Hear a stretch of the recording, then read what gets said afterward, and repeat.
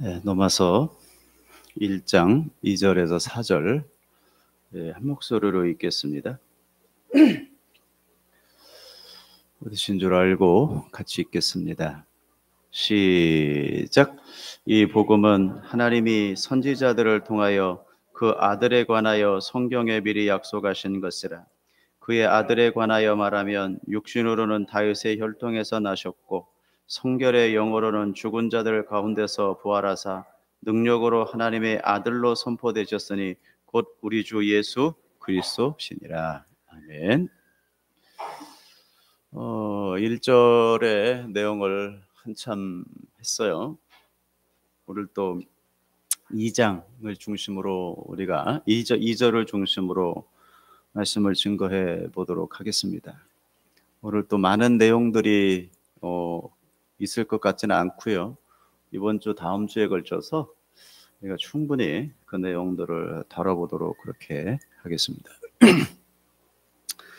자, 우리가 1절에서 사도 바울이 자신의 택하심의 이유를 뭐라고 설명하고 있냐면, 그죠? 하나님의 복음을 위하여 택정함을 입었다라고 되어져 있죠. 뭘 위하여? 복음을 위하여 택정함을 입었다라고 이야기하고 있습니다. 2절에서 그 복음이 무엇인지를 조금 구체적으로 설명을 하고 있는데, 그게 뭐냐면 그의 아들에 관하여 라고 되어져 있죠. 그의 아들에 관하여 라고 이야기를 하고 있는 거예요. 그래서 여러분, 모든 성경이 다 예수 그리스도에 관하여 기록된 것이라고 제가 여러 차례에 걸쳐서 반복적으로 설명을 했습니다. 성경은 누구의 이야기? 예수님의 이야기라고 여러분 이해하시면 좋을 것 같습니다. 우리가 혹시 여러분 잊어버리실 분도 계셔서 한 구절만 찾고 가겠습니다. 자, 누가복음 24장 44절에 기록되어 있고요. 요한복음 5장을 좀 보겠습니다. 요한복음 5장 39절 한번 볼게요. 누가복음 24장 44절에도 자세히 기록되어 있고 요한복음 5장 39절 볼게요. 같이 읽겠습니다. 시작. 너희가 성경에서 영생을 얻는 줄 생각하고 성경을 연구하거니와 이 성경이 곧 내게 대하여 증언하는 것이라 라고 되어져 있죠. 성경은 누구에 관하여? 예수님에 관하여 기록되어 있는 것이다 라는 거예요. 여러분, 이렇게 복음이라고 하는 것은 하나님의 아들에 관한 이야기, 그 아들에 의해서 시작되고 종결된 어떤 사건을 내용으로 하고 있는 것이다 라는 거예요. 그리고 그렇게 그 아들에 의해 완료된 복음의 현실이 그것을 듣게 되는 어떤 대상에게 무상으로 전해지고 있는 거예요. 그래서 복음은 선물이다 라는 말을 쓰고 있는 것입니다. 따라서 복음은 필연적으로 그것을 받는 자들의 능력과 자격을 박탈하는 것을 시작으로 대상 침투 작업에 돌입을 하게 되어져요. 어떤 자격이나 조건을 따져서 하나님이 여러분에게 침투에 들어갔던 것이 아니에요. 여러분, 자격이나 조건을 따졌다면 뭐 우리 같은 사람에게 찾아오셨겠어요? 우리보다도 훌륭하고 우리보다도 뛰어난 사람들이 너무 많은데 그들에게 찾아가는 게 맞지 뭐 우리 같은 사람들에게 찾아왔겠냐라는 겁니다. 그래서 이 복음이라고 하는 것은 어떤 자격, 조건, 어떤 능력 이런 것들과 전혀 상관없이 우리 하나님이 찾아오시는 거예요. 그래서 여러분 감사하다라는 것이 저절로 생기는 것이죠. 여러분, 복음이라는 말 자체가 그것의 대상들을 완전히 무장해제시키는 것이거든요. 즉, 나라는 존재를 해체시켜버리고 누구로 채워지는 것이 예수님으로 채워지는 것을 여러분 그 목적으로 삼고 계시는 거예요. 그러니까 하나님이 우리를 부르셔서 우리를 특정하셔서 당신님이 하신 일이 뭐냐면 우리 인간의 해체 작업이에요. 나의 나됨을 해체시켜 버리는 거예요. 그리고 그 해체된 것에 누구로 가득 채우는 거? 예수님으로 가득 채우는 것을 그 목적으로 하고 있는 거예요. 예, 제가 기도 제목이 있다면 하나님 내 세포마다 주의 말씀으로 채워주소서라고 기도하고 있잖아요. 사실은 인간적으로 보게 되어지면 엄청나게 아픈 기도예요. 왜냐하면 내가 없어지는 거거든요. 그처럼 고통스러운 게 없어요. 여러분, 세상에서 뭐가 가장 고통스러울 것 같아요? 나의 존재 자체가 사라져 버리는 것을 제일 고통스럽습니다. 여러분, 몸이 아픈 것도 나라는 존재가 있기 때문에 아픈 거거든요. 나라는 존재가 없으면요, 아프지도 않아요. 무슨 얘기인지 이해가 되시죠? 그러기에 나라고 하는 존재 해체 작업이 세상에서 어떤 고난보다도 더 큰 거예요. 그게 괴로운 거예요. 음. 사실 평생에 제가 그렇게 기도하고 있어서 여러분들에게 똑같은 기도 제목이기도 하겠습니다만은, 여러분, 하나님이 나를 해체 작업을 하고 있는 것이다. 그래서 고통에 따른다라는 거고 고난이 따르는 거예요. 그것이 하나님이 우리를 택정한 이유 중에 하나예요. 그래서 우리를 해체 작업을 시키시고 그 안에 예수님으로 채우셔서 어디의 나라로?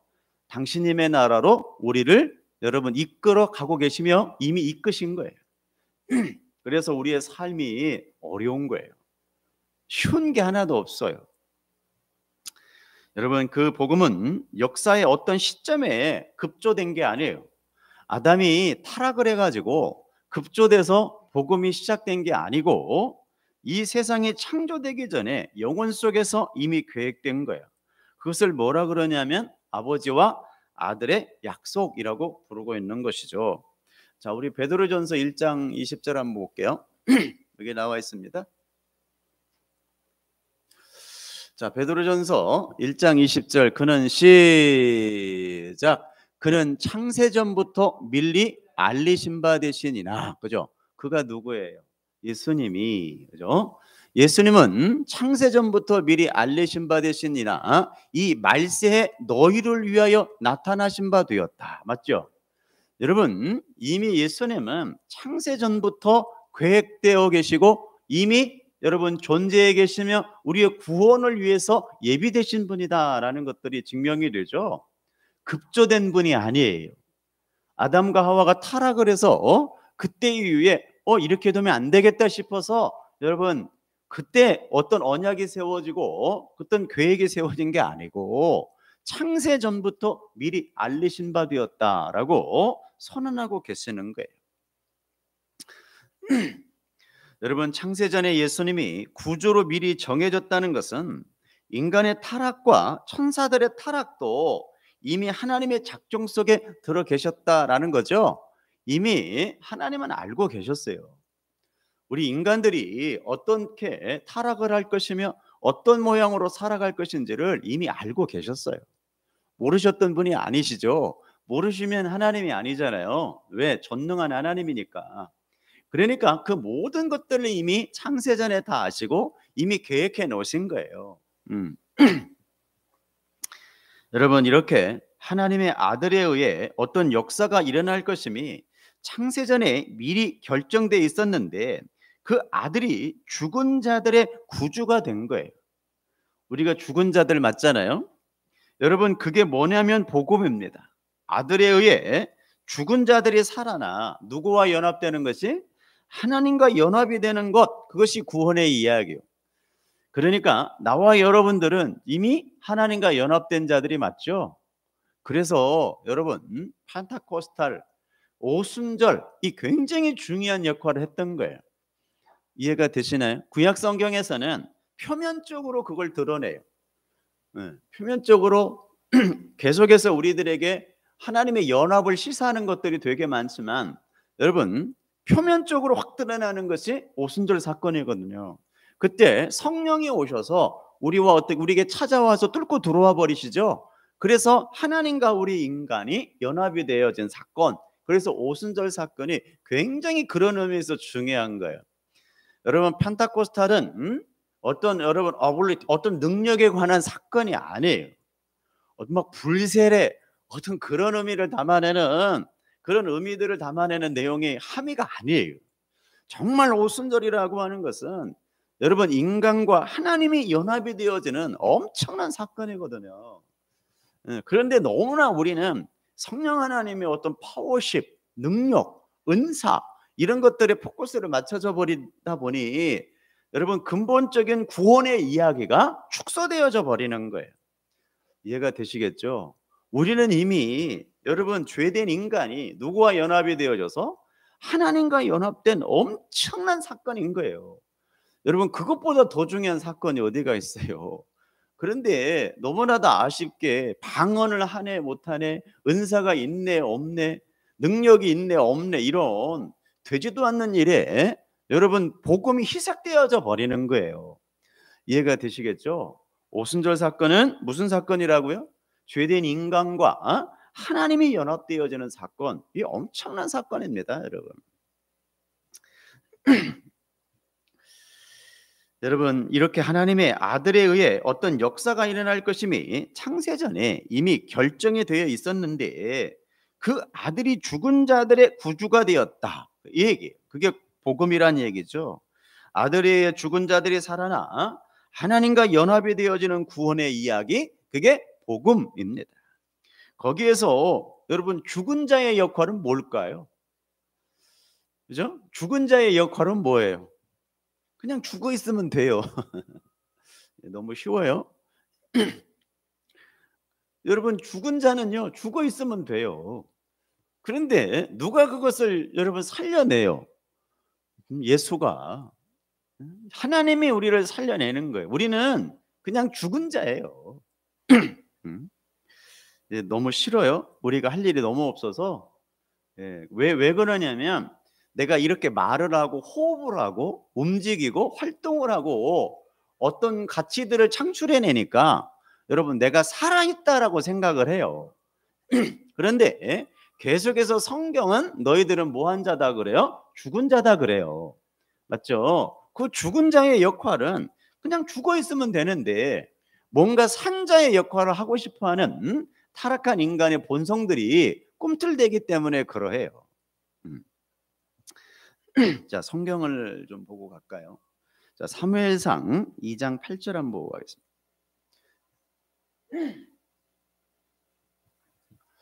사무엘상 2장 8절 한번 보고 갈게요. 자, 가난한 자를 어디에서 일으키시며, 저 진토라고 하는 단어가 나옵니다. 동글뱅이 쳐놓으시고요. 가난한 자를 진토에서 일으키시며 빈궁한 자를 어디에서? 거름더미에 동글뱅이를 쳐주시고요. 거름더미에서 올리사 귀족들과 함께 앉게 하시며 영광의 자리를 차지하게 하시는도다. 땅의 기둥들은 여호와의 것이라. 여호와께서 세계를 그것들 위해 세우셨도다 라고 되어져 있죠. 한 구절 더 보고 가겠습니다. 시편 113편 7절입니다. 시편 113편 7절 한번 보고 갈게요. 같이 읽을까요? 천천히 찾으셔도 됩니다. 같이 읽겠습니다. 시작. 가난한 자를 먼지더미에서 일으키시며, 저기 먼지더미 동글뱅이 쳐놓으시고요. 자, 그 다음에 궁핍한 자 시작. 궁핍한 자를 거름더미에서 들어세워 라고 되어져 있죠. 여러분 이게 죄인들의 구원의 현실을 묘사한 대목인데 죄인들의 상태가 어떤 상태였죠? 죄인들의 상태가 진토, 거름더미, 그죠? 먼지더미 이렇게 등등이 등장을 해요. 자, 진토라고 하는 단어가 아파르라는 단어이고요. 거름더미가 아시포트라고 하는 단어예요. 여러분 아파르라고 하는 단어는 우리가 창세기 공부하면서 많이 등장했던 내용이죠. 흙, 땅, 먼지 이런 뜻이고요. 아시포트라고 하는 단어는 똥, 거름더미, 쓰레기라는 단어예요. 그러니까 구원 전에 모든 존재는 흙이요, 먼지요, 똥이요, 쓰레기다라는 뜻이에요. 너무 심한 것 같아요. 인본주의적 시각에서 보게 되어지면 여러분 너무 어처구니 없는 단어들이죠. 그죠? 그런데 하나님의 신적인 존재, 신본주의적 입각에서 바라보게 되어지면 우리가 그런 존재다라는 거예요. 여러분, 우리가 제가 가끔 이야기하는 단어입니다만은 우리가 여러분 바퀴벌레, 여러분 지렁이 이런 걸 봤을 때 뭐처럼 보여요, 여러분? 우리도 그렇게 보고 있죠? 응? 당연하죠, 여러분. 하나님의 시각에서 바라볼 때 우리 인간의 존재가 뭐 대단한 존재라고. 음. 그런데 1700년도에 넘어서면서 1800년도에 꽃을 피웠던 이 계몽주의 사상, 즉 인간 이성에 의해서 모든 것들을 이제 결정하자라고 하는 것이 계몽주의 운동 아니에요? 그 계몽주의 운동이 일어나게 되어지면서 인간 존재의 존엄성이 이제 높아지기 시작을 합니다. 그게 여러분 굉장히 중요한 시점입니다. 굉장히 그 시점부터 시작을 해서 신본주의가 무너져 내리기 시작을 하고 인본주의가 득세하게 되어지는, 여러분 그로 말미암아 자유주의 신학이 여러분 판을 이루게 되어지는 결정적인 여러분 배경이 그런 배경인 거예요. 그 전까지는 전부 다 이런 사고들을 하고 살았어요. 그런데 그런 인간적인 사고가 들어오면서 나도 이렇게 판단하고 결정할 수 있는 능력이 있는데, 아니 그건 죄송합니다마는 계몽주의 운동이 일어나기 훨씬 전인 에덴 동산에서부터 시작됐던 것들이죠. 죄된 인간의 본성이 꽃을 피우기 시작한 것이 18세기 이후거든요. 예. 그래서 인간은 여러분 아파르, 아시포트라는 거예요. 여러분 흙, 땅, 먼지, 쓰레기, 똥 같은 존재였다라는 겁니다. 그런 것들은 그냥 구원 은혜 아래서 쓰레기와 똥으로 발각되면 되는 거예요. 그래야 은혜가 돋보이게 되는 거겠죠. 여러분 하나님의 말씀은 아들에 의해 소개되고, 여러분 아들에 대한 소개와 그 아들이 하신 일에 대한 선포예요. 그리고 여러분 적용은 살아있어 운동력이 있는 그 말씀에 의해 일어나게 해야 하는 거예요. 말씀이 일을 하게 해야 인간의 자랑이 없어져요. 말씀을 전하는 자가, 저 같은 사람이 여러분 그 적용 부분까지 다 친절하게 설명해 주는 것은 올바른 설교가 아닙니다. 이렇게 살아야 됩니다, 저렇게 해야 됩니다, 이렇게 해야 됩니다는 사실 엄밀하게 말하면 제가 해야 될 일은 아닌 것 같습니다. 왜냐? 하나님의 말씀이 분명히 성경은 살아있다 이렇게 여러분 선포하고 있기 때문에 그렇습니다. 하나님의 말씀은 살아있고 능력이 있기 때문에 그 복음 스스로가 그 복음의 대상 속에 들어가서 일을 하게 되는 거예요. 사실은 여러분 저의 역할은 거기까지인 것 같습니다. 제가 여러분 여러 차례 말씀드립니다마는 제가 여러분 부득불 여러분들에게 해야 될 일들은 복음을 전하는 일이지, 어떤 그것을 적용을 시켜서 당신은 이렇게 살아야 돼, 이렇게 살아야 돼, 저렇게 살아야 돼 라고 하는 것은 저의 의무는 아닌 것 같습니다. 어찌 보면 목회자가 무책임하다라고 이야기할 수도 있겠습니다마는 사실은 하나님의 복음의 능력이 더 있습니다. 그래서 늘 기도하는 제목이 있는데 주님께서 일하시옵소서라고 저는 기도합니다. 제가 별로 할 일이 없어요. 그런 능력도 없고, 저는 여러분과 똑같은 여러분 아파르에 불과한 존재, 아시포토의 그런 존재예요. 그런 존재에 하나님의 은혜가 임해서 부득불 하나님의 복음을 전하는 자로 역할을 맡아서 하고 있는 거에 불과한 것이지 여러분과 조금도 다른 존재가 아니에요. 그래서 여러분들이 좋아하는 거 좋아하고, 여러분이 싫어하는 거 싫어하고, 여러분이 아파하는 거 아파하고, 여러분이 괴로워하는 거 괴로워하는 거예요. 그런 존재에 불과해요. 나머지는 우리 주님이 하신 것이다. 그래서 가끔은 뭐 이렇게 무책임하냐, 어떤 생각도, 이런 생각도 들 수도 있고, 왜 이렇게 관심이 없어 라는 분도 계실 수 있겠습니다만은 사실은 그런 건 아닙니다. 정말 저처럼 여러분들을 위해 기도하고 여러분들을 위해 사실은 생각을 하는 사람은 저보다는 많은 것 같지는 않습니다. 하지만 그저 말을 하고 싶지만 내가 해야 될 일이 아니다. 싶어서 그냥 참는 거예요. 사실은 말을 하게 되어지면 여러분 좋을 것 같은데 그게 별로 좋지가 않더라고요. 하나님이 하시는 것이 훨씬 더 사실은 능력이 있더라. 저는 그 능력의 하나님을 믿습니다. 그래서 저한테 뭘 많이 기대하지 마시고 그죠? 우리 교회 강 목사는 하나님의 복음을 있는 그대로 전해주기 위한 역할자로 하나님이 세웠다. 거기에 여러분들이 방점이 있는 것이지 저에게 뭘 기대하려 하시면 안 됩니다. 많은 분들이 이 목회를 케어라고 생각을 합니다. 이 케어라고 하는 것이 돌봄이란 단어인데요. 사실은 그 돌봄이란 단어가 목회자가 누구를 돌본다라고 하는 의미가 아니라 사실은 하나님의 복음의 대리자로서 돌본다라는 뜻이에요. 엄밀하게 말하면 제가 여러분들을 무슨 자격이 있어서 돌보겠어요. 그럴 능력도 없고 그럴 힘도 없습니다. 무슨 얘기인지 이해가 되시겠죠? 자, 그래서 이제 성경이 어떻게 그 아들에 관한 이야기를 복음으로 풀어내고 있는지 확인해 보겠습니다.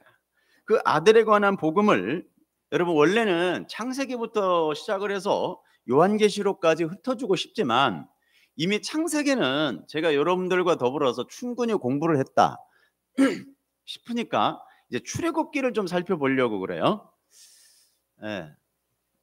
까먹으신 분들도 계시겠습니다만은 여러분 그저 제가 여러 차례 말씀을 드리는데 그래서 지금 저희 주일날 오후에도 창세기 1장, 2장, 3장을 공부를 했잖아요.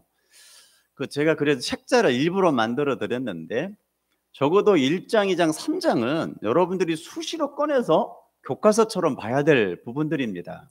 그저 던져버리지 마시고 수시로 찾으셔서 읽어보시고 이해가 안 되면 저를 찾아오셔서 물으시고 저를 불러줘도 좋고 저를 찾아오셔도 좋고 제가 불러주면 갈 거니까요. 예. 그게 제가 부득불 해야 될 일이니까 물어보시면 얼마든지 제가 뭐 밤이든 새벽이든 상관없으니까 대답해 드릴 테니까 여러분 적어도 창세기 1장, 2장, 3장은 수시로 꺼내서 읽어보셔야 됩니다. 그래야 성경의 전체적인 것들이 열린다 그랬어요. 자, 창세기는 그래서 스킵하고 물론 이따 뒤에 창세기를 약간 보고 갈 겁니다. 자, 출애굽기를 볼 건데요. 자, 출애굽기 6장 한번 보겠습니다.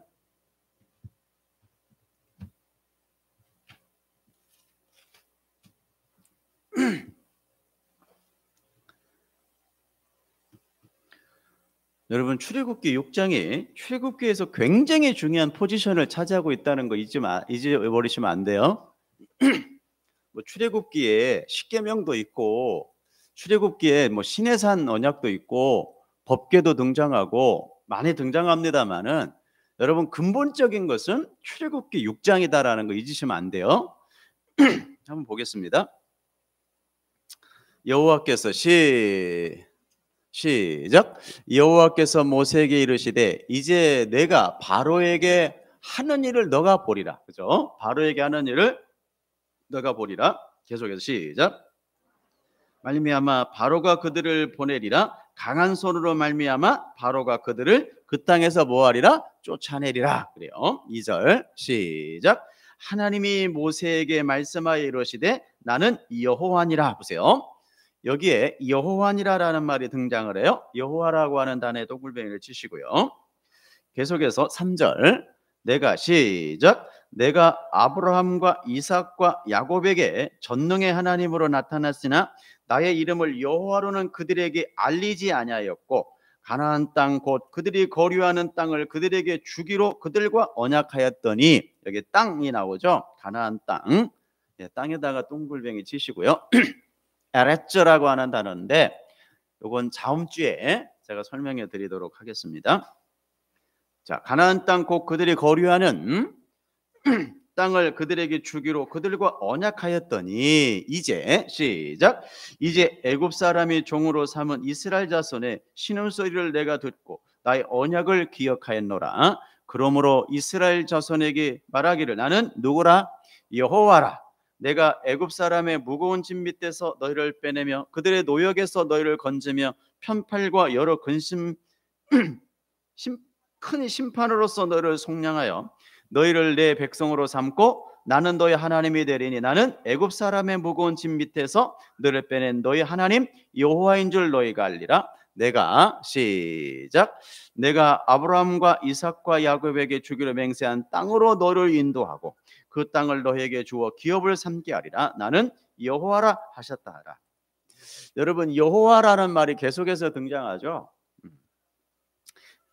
여러분 이 여호와라고 하는 이름은 어떤 이름입니까? 여호와는 언약을 성취하는 하나님이란 뜻을 가지고 있어요. 무슨 뜻이라고요? 언약을 성취하시는 하나님이란 뜻이에요.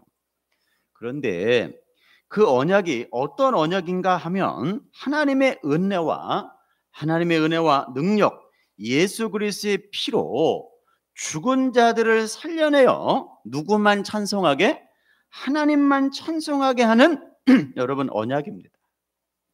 다시 합니다. 하나님의 은혜와 능력, 예수 그리스도의 피로 죽은 자들을 살려내어 누구만? 하나님만 찬송하게 하는 것, 이것이 언약입니다. 그래서 나의 창조한 자들을 내게 오게 하라. 나의 뭘 위하여? 영광을 위하여 지었다라고 되어져 있죠. 이사야 43장에. 여러분 그래요. 그게 언약이에요. 모세가 지금 이스라엘의 출애굽 구원에 등장하는 언약의 하나님 여호와라는 이름을 여러분 어디에서 등장시키냐면 창세기 2장 4절에서 갑자기 등장시키는 거 한번 볼까요? 창세기 2장. 이거 우리가 공부했어요.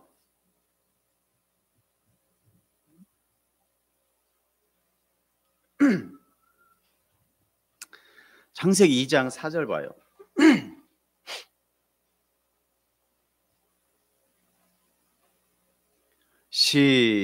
이것이 시작. 이것이 천지가 창조될 때에 하늘과 땅의 내력이래. 여호와 하나님이 땅과 하늘을 만드시던 날에 여호와 하나님이 이렇게 나가죠. 여러분 이전에 1장에서는 여호와 하나님이라는 단어가 등장을 안 해요. 제가 이거 왜 그런지 다 설명을 해드렸어요.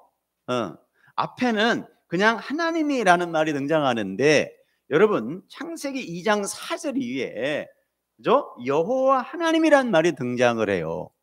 왜 그래요? 언약의 하나님이란 뜻이거든요.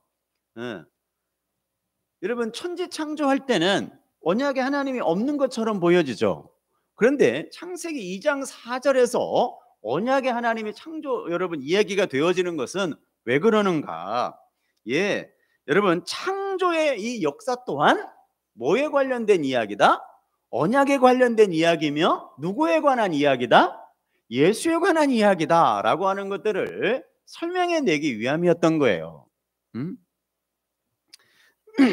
그래서 이렇게 창세기 2장 4절에서 갑자기 등장시킨 것은 첫 창조의 이야기, 바로 그 첫 창세기 언약의 이야기임을 우리 독자들에게 주지시키기 위해서 창세기 2장 4절부터 갑자기 하나님의 이름이 바뀌는 거예요. 이해되셨나요? 이거 제가 설명해 드렸죠. 그래서 여러분 이게 성경은 단어 하나하나에 다 의미가 담겨져 있기 때문에 그저 허투루 읽고 넘어가면 안 돼요. 여러분 죽은 흙에 불과했던 인간에게 생기가 들어가니까 비로소 하나님께서 보시기에 힘이 좋았다라고 이야기하죠. 그걸 존재의 탄생이라고 그래요. 그리고 그 존재에 의해 모든 것들이 다스려지는 새 세상이 열리지 않았습니까? 그게 뭐라 그러냐면 살아있음이에요. 그런데 여러분 예레미야 애가 4장 20절에 그 생기가 누구냐라고 되어져 있는데 한번 보고 갈게요. 이런 부분들은 여러분들이 성경에서 잘 못 찾아내니까 오늘 좀 보고 가겠습니다. 내가 한번 보세요. 자, 에레미야 4장 20절에 여호와의 콧김이 나오죠. 콧김. 자, 같이 읽어요. 자주 안 읽는 부분이니까 여러분 좀 체크해 두시고 좀 잘 읽어주세요. 시작. 우리의 콧김 곧 여호와께서 기름 부으신 자가, 그렇죠? 여호와께서 기름 부으신 자가 누구예요?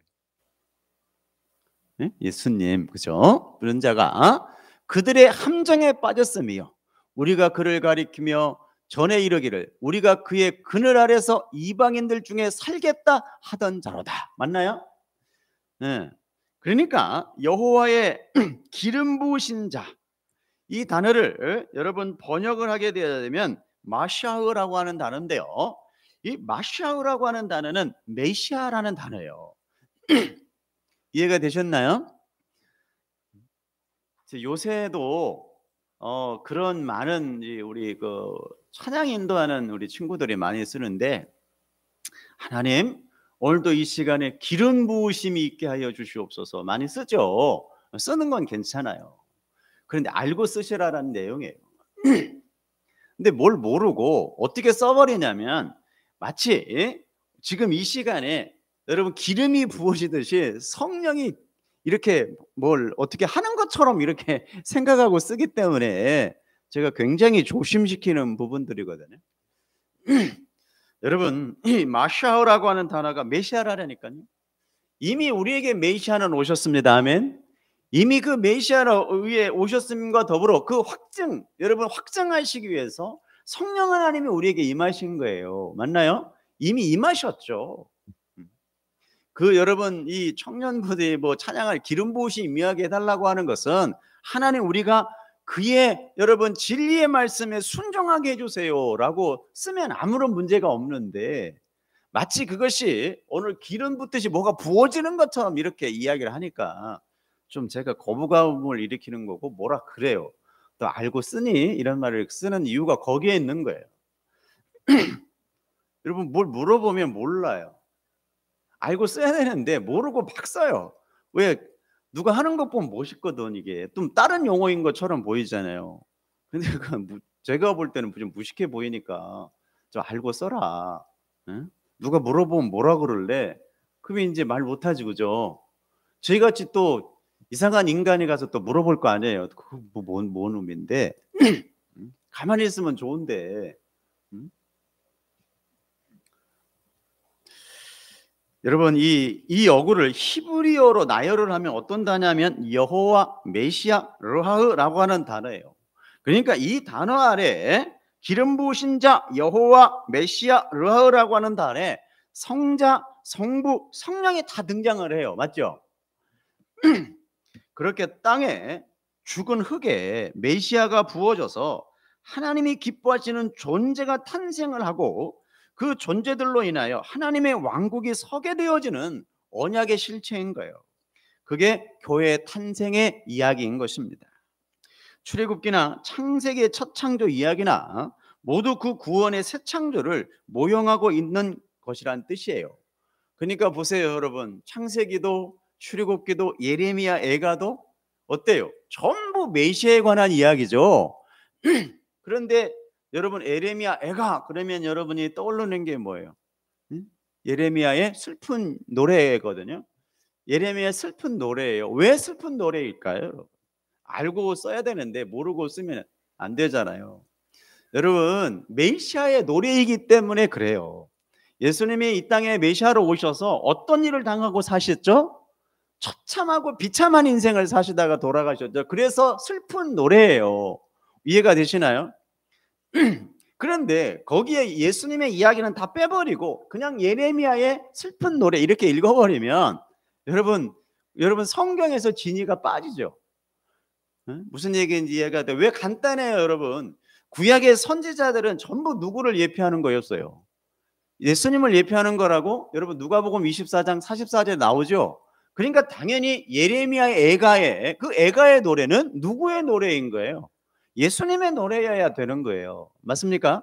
그래서 이렇게 예레미야 애가에 여호와께서 기름 부으신 자가 어디에 빠졌다 그래요? 함정에 빠졌다라는 말이 그래서 등장을 하는 거예요. 이해가 되시겠어요?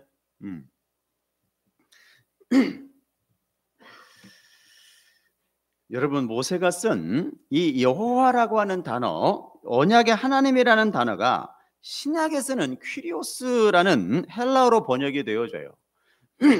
그 단어는 주 예수 그리스도의 주라고 하는 단어가 크리오스예요. 그러니까 언약의 성취자시며 주체이신 여호와가 신약에서 누구로 여러분 드러나게 되는 거예요? 예수님으로 드러나게 되는 거예요. 그리고 그 예수에 의해 새로운 언약 백성의 탄생을 하게 되는데 그들이 바로 교회, 성도들인 거예요. 여러분들은 그래서 무슨 백성이라고 그래요? 언약의 백성이라고 부르죠? 왜 그런지 이제 이해가 되시겠어요? 그런데 그들의 탄생 과정에 그들 자신의 힘과 노력이 전혀 개입이 될 수 없다는 것을 설명하시기 위해 여러분 창세기부터 요한계시록까지 긴 설명이 필요했던 거예요. 여러분들의 노력과 힘은 전혀 그 언약에 개입이 된다 안 된다? 안 된다라고 하는 것을 계속해서 설명해 내는 것이에요. 그래서 여러분 우리의 구원은 전적인 하나님의 은혜다라는 것들을 설명해 내고 있는 거거든요.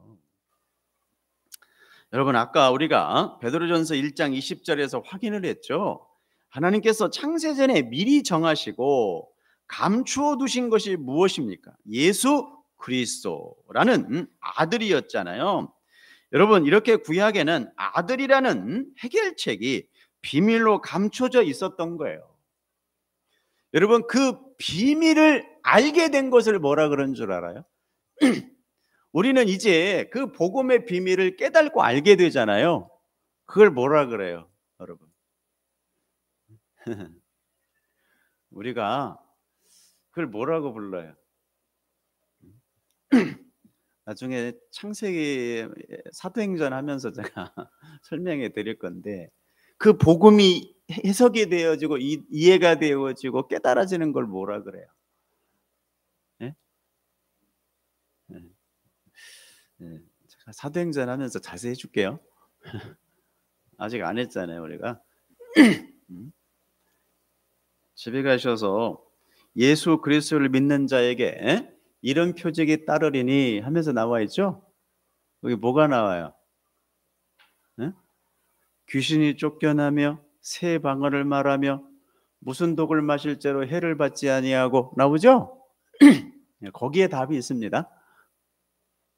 네, 그 집에 네. 지금 답은 재미없잖아요, 그죠? 네? 조금 이따가 사도행전 강의 때 제가 해드리도록 할게요. 자, 여러분 이렇게 구약에는 아들이라는 해결책이 비밀로 감춰져 있었던 거예요. 그리고 그 아들이 없이 인간들이 내어놓은 해결책들의 무용함이 계속해서 지적이 되는 거예요. 여러분 인간들이 내어놓은 해결책이 뭐였어요? 여러분 종교 맞죠? 문화 또 철학 등등 율법 등등 이런 것들이죠. 이런 것들을 계속해서 해결책이라고 내놓았어요. 그런데 그런 것들은 뭐 하더라? 무용하더라라는 거예요. 쓸데없더라. 여러분 이 창세기의 그림은 출애굽기에서 똑같이 반복이 되어 있는 거예요. 하나님은 자 이스라엘을 출애굽을 시키셔서 어디로 불러 올려요? 이 신의 산으로 불러 들이시죠. 여러분 신의 산은 에덴 동산의 다른 그림이에요. 거기에서 하나님께서 빽빽한 구름으로 나타나셔서 이스라엘을 덮습니다. 맞죠? 고린도전서 10장에 보게 되어지면 바울은 그 현장을 뭐라 그래요? 구름과 바다에서 세례를 받고라고 그래요. 그런데 제가 바다에서라고 하는 것들은 설명해 드렸죠. 그 바다는 어디예요? 당연히 홍해죠. 홍해 바다에서 세례를 받았는데 구름은요? 예, 신의 산에 덮인 구름을 이야기하는 거예요. 이해가 되셨나요? 한꺼번에 제대로 잘 갖춰주지 왜 이게 어느 때는 하고 어느 때는 안 하고 그러냐. 여러분 이걸 뭐라 그러냐면 여러분 복음의 점진성이라고 불러요. 한꺼번에 여러분들에게 몽땅 주면 여러분 배탈이 나잖아요. 그죠? 많이 드시면 배탈이 좋을 것 같죠? 제가 한때는 무지무지하게 욕심을 냈던 때가 있었어요. 그런데 지나고 난 거 보니까 내가 참 미련한 짓을 했다. 그때는 좀 빨리 일러주면 빨리 깨닫고 그저 하나님의 사람으로 지어져 가겠지, 이런 욕심들이 있었는데 그것도 제 교만이다. 얼마나 반성을 하고 회개를 했는지 몰라요. 하나님이 하셔야 될 일을 제가 대신하고 있으니 이 얼마나 교만한 일이요. 그래서 아하, 그러지 말아야 되겠다 싶은 생각들을 하고 살아요. 하나님이 하시지 싶어서. 자, 다시 갑니다. 이 고린도전서 10장의 이야기, 구름과 바다에서 세례를 받고라고 하는 단어, 구름은 구름에서 세례를 받는 사건이 시내산 사건이고, 바다에서 세례를 받는 사건이 홍해도화 사건이에요. 그런데 세례, 바프티조라고 하는 단어, 성령 세례, 즉 성령의 인치심을 모형하고 있는 거예요. 이해가 되셨나요? 여러분, 그래서 물세례 이거 안 받으면 큰일 나나요? 이 베프티즘들 침례파들은 그거 굉장히 중요하게 생각을 해요. 그래서 재침례파라고 하는 것들이 등장을 했거든요. 여러분, 중세 받았던 영세 이걸 인정을 안 했어요. 그래서 세례를 다시 받아야 한다, 이렇게 시작되어지는 것이 재침례파들이라고 불러요. 베프티즘들. 그래서 여러분, 이 베프티즘 침례파들은요 그냥 목회자들의 연령이 없어요. 은퇴 나이가 없어요. 그래서 침례파들은 그래서 장로를 두지 않아요. 그래서 교회에서 안수 집사가 제일 받을 수 있는 직책이 마지막이에요.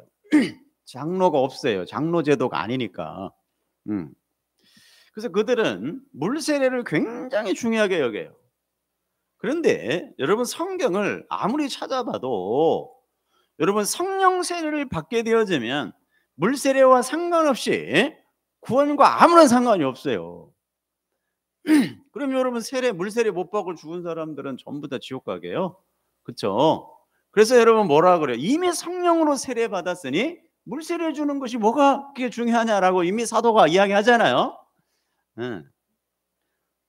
여러분, 그래서 성령, 이 세례라고 하는 건 베프티조라고 하는 것은 성령 세례 인치심의 모형인 것이지 그것이 구원의 어떤 역할을 했던 것이 아닙니다.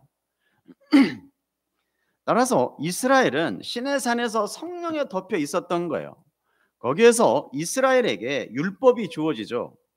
그리고 그 법을 잘 지키면 하나님이 주신 땅에서 그 생명이 길 것이다 라고 약속을 해요. 맞나요? 역시 여러분, 죽은 흙 같은 이스라엘과 그들을 덮는 성령과 그들에게 주어진 선악과의 법, 그것들이 지켜졌을 때 그들에게 보상으로 주어지는 것이 뭐예요? 잘 보세요.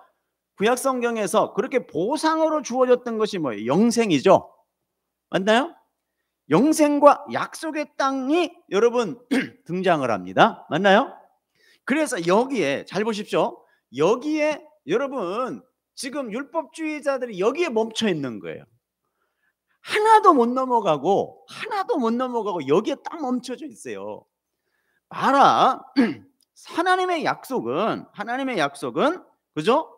예수 그리스도를 믿게 되어지면 영생을 받고 율법을 지키면 그죠? 약속의 땅, 보상을 받게 되어지는데 약속의 땅에서 영원히 받게 될 거야, 이렇게 가리키는 거예요. 이게 구약입니다. 여러분, 정말 복음을 반절밖에 이해 못하는 여러분, 그런 비극이 여기서 벌어지고 있는 거예요. 마치 여러분, 우리가 하나님의 언약의 법, 그죠? 그게 창세기에 등장하잖아요. 너가 선악과를 따먹지만 않으면 이죠, 보상으로 주어지는 것이 뭐예요? 생명나무 열매와 에레츠, 땅이잖아요. 에덴 동산이었어요. 맞죠? 똑같아요. 율법을 주어지면서 뭐라 그래요? 내가 영생을 줄 것이며 가나안 땅을 너희들에게 줄게, 그러죠? 이게 하나님의 약속이란 말이에요. 그러니까 여기를 못 넘어가는 거예요. 바로 이게 언약 아니냐. 예. 그래서 제가 그 다음 주에 에레츠라고 하는 땅에 대해서 설명을 해주려고 하는 거예요. 물론 끝허리에 잠시 설명을 하겠습니다만은 그런데 거기까지만 설명을 하면 맞죠? 얼마나 맞아요? 그런데 문제가 생겼잖아요. 어떤 문제가 생겼어요? 그렇게 인치심을 받은 자들이 하나님의 언약의 말씀을 지켰어요? 못 지켰어요? 못 지켜요. 이게 문제인 거예요, 이게. 그런데 많은 사람들이 그거에 대한 설명이 없어요. 응? 못 지켰잖아요. 그래서 많은 지금도 율법주의자들은 출애굽한 이스라엘 백성들이 광야에서 다 죽었기 때문에 지옥 같다 이렇게 해석하는 사람도 엄청나게 많습니다. 진짜 많아요. 여러분이 모르셔서 그렇지.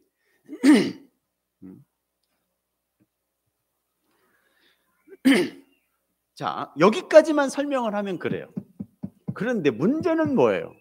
우리가 지난주에도 공부했지만 하나님께서 내가 남편이 되어서 너를 인도해도 안 됐잖아, 그죠? 그래서 하나님이 뭐라 그래요? 그 율법을, 법을 어디다가 새겨버려? 내가 네 마음판에다 새겨버릴 거야. 이해되셨나요? 이게 새 언약이란 말이에요. 여기를 못 넘어가니까 거기에 멈춰 있는 거예요. 이게 아쉬움입니다. 그러니까 지금도 예수 믿는 거라니까요. 예수 믿어요. 그런데 우리가 그렇게 말씀을 잘 지켜야 돼. 이게 신앙생활이야. 이렇게 가리킵니다. 그래야 하나님에 의해서 복도 받고 내 자손도 잘 되고 이렇게 가리키죠. 아마 여러분 대부분이 그럴 겁니다. 자, 지금부터 그러면 새 언약에 대해서 조금 살펴보고 갈게요. 우리 여러분이 잘 아는 내용이니까 얼마 안 걸립니다만은, 여러분 우리가 잘 아는 에스겔서 37장에 보게 되어지면 여러분 생기, 마른 뼈들이 살아나는 사건 잘 알죠? 자, 그거 보고 갈게요. 자, 여기 에스겔 37장입니다. 이거 됐다 설교는 또 해요. 또 성령이 능력이 임하면 이렇게 마른 뼈도 살아나는 능력이 나타납니다. 이렇게 해석을 해요. 여러분 이건 능력이 아니에요.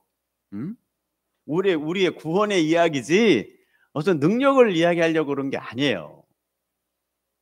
자, 에스겔 37장 11절 볼게요. 또 내게 이르시되 인자야, 이 뼈들은 이스라엘의 온 족속이요, 그죠? 이스라엘 온 족속이요, 그들이 이르기를 우리의 뼈들이 말랐고 우리의 소망이 없어졌으니 우리는 다 멸절되었다 하느니라. 보세요. 여러분 이것이 무슨 상태? 죽은 흙의 상태, 마른 뼈의 상태 맞나요? 가망이 없는 상태를 이야기하는 것이죠. 응?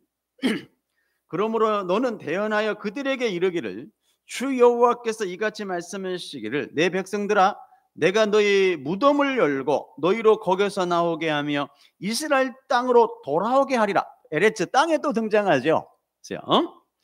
내 백성들아, 내가 너희 무덤을 열고 너희로 거기에서 나오게 한즉 너희는 내가 누구인 줄 알리라?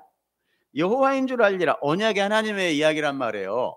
그리고는 시작. 내가 또 내 영을 너희 속에 두어 너희가 살아나게 하고 내가 또 너희를 너희 고토 땅에 두리니 나 여호와가 이를 말하고 이를 줄 너희가 알리라. 여호와의 말씀이라. 맞습니까? 여러분 죽은 흙, 마른 뼈가 여러분 누구냐? 이스라엘이라고 그러죠. 우리예요. 우리 신약 성도들의 모형이란 말이에요. 그들에게 생기, 르하으, 성령이 부어져서 생명이 생기고 약속의 땅이 주어집니다. 맞죠? 그런데 역시 죽은 흙, 하나님의 성령, 약속의 땅에 등장해요. 그런데 보세요. 여기 없어진 게 하나 있어요. 그게 뭐예요? 선악과 율법이 없어요. 여러분 이런 것들을 잘 보셔야 성경의 진짜 맥을 알 수가 있는 거예요. 성경이 읽어지네. 여러분 죄송합니다. 저는 그분을 비방하려고 하는 의도는 없습니다만 어림도 없는 소리고요. 잘 보세요. 자, 에덴 동산에서도 뭐가 있었어요? 프로베이션, 선악과가 있었죠.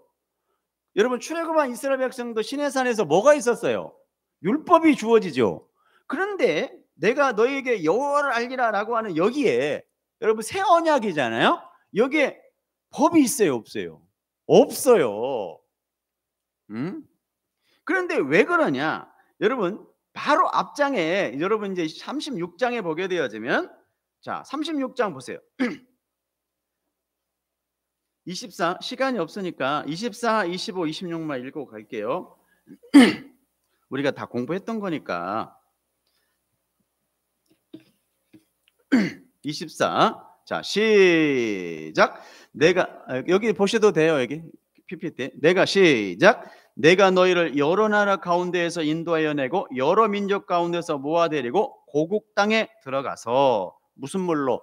맑은 물을 너희에게 뿌려서 너희를 정결케 하되 곧 너의 모든 더러운 것에서와 모든 우상 숭배에서 너희를 정결하게 할 것이며 또 새 영을 너희 속에 두고 새 마음을 너희 속에 주되 너희의 육신에 굳은 마음을 제거하고 부드러운 마음을 줄 것이며 또 내 영을 너희 속에 두어 너희로 내 율례를 행하게 하리니 너희가 내 규례를 지켜 행할지다. 맞죠? 자, 보세요. 여러분, 선악과 율법 대신에 하나님께서 우리에게 뭘 줘요? 성령을 주시죠. 맞나요? 그래서 여러분 37장에서 이제 뭐가 없어져요? 법이 없어지는 거예요. 이해되셨나요?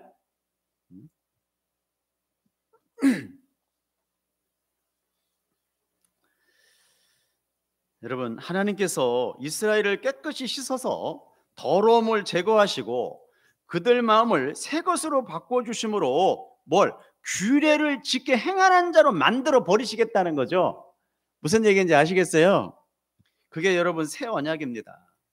우리가 지난주에 여러분 예레미야 31장에서도 똑같이 공부했죠. 여러분, 이스라엘 안에 법이 심겨져 버리는 거예요. 그게 새 언약입니다. 그래서 여러분 에스겔서 37장에 하나님이 나는 여호와니라 하면서 거기에 법이 없어지게 되는 거예요. 응? 왜? 이미 심겨졌으니까. 아무래도 우리 박대관 집사님이 죽었다 깨나도 율법을 못 지켜. 율법을 못 지키니 여러분 어디로 가야 돼요? 응? 율법을 안 지키면 죽는다잖아요. 죽음으로 갈 수밖에 없어. 그래서 안 되겠어. 그래서 하나님이 어떻게 해요? 당신님이 그 법을 박대관 집사님 마음에다가 심어버린 거예요. 아멘. 그게 성령의 내주하심의 사건입니다. 이해되셨습니까? 그래서 성령의 내주하심, 성령 세례를 받은 자는 구원받은 자야라는 의미를 담아내고 있는 거예요. 이해가 되셨나요? 자, 왜 구약 성경에서 그렇게 법을 지켜라고 하는지 이해가 되시겠죠? 왜? 법을 안 지키면 너희들은 뭐 한다? 죽는다예요. 그러니 너희들은 그 죽음을 면하기 위해서 누구에게 가라는 거예요? 예수님에게 가라. 그게 하라의 명령 속에 담겨져 있는 진이라 그랬어요. 그래서 우리는 뭐 하기만 하면 돼요? 감사하다. 아멘. 감사하기만 하면 돼요. 서진아, 서아야, 너희들이 할 일은 엄마 아빠한테 감사하다라는 말만 하면 되는 거야. 알았지? 글쎄 니들이 뭔 소리인지 저기 알아들을란가 모르겠다. 몰라도 돼. 알았지?